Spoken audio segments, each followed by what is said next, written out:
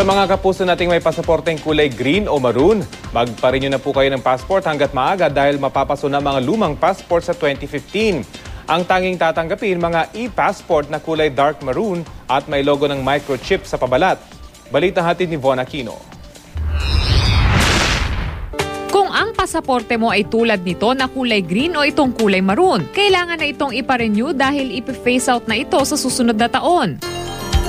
Tanging ang mga passport na kulay dark maroon na may ganitong logo sa ibaba ang kikilalaning pasaporte.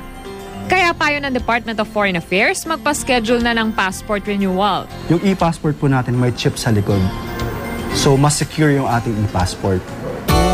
Sa pag-renew ng passport, ihanda ang lumang passport at photocopy ng unang 4 at huling pahina nito.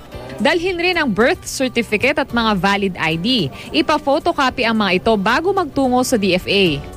Pagdating sa DFA, magtungo muna sa Appointments Verification Desk.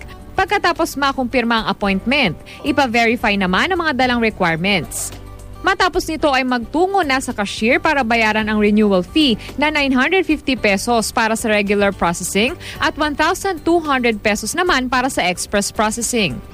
Pagkatapos ay magtungo na sa biometrics.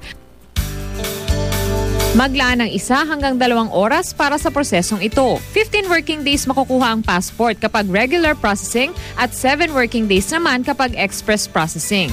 Von Aquino, GMA News.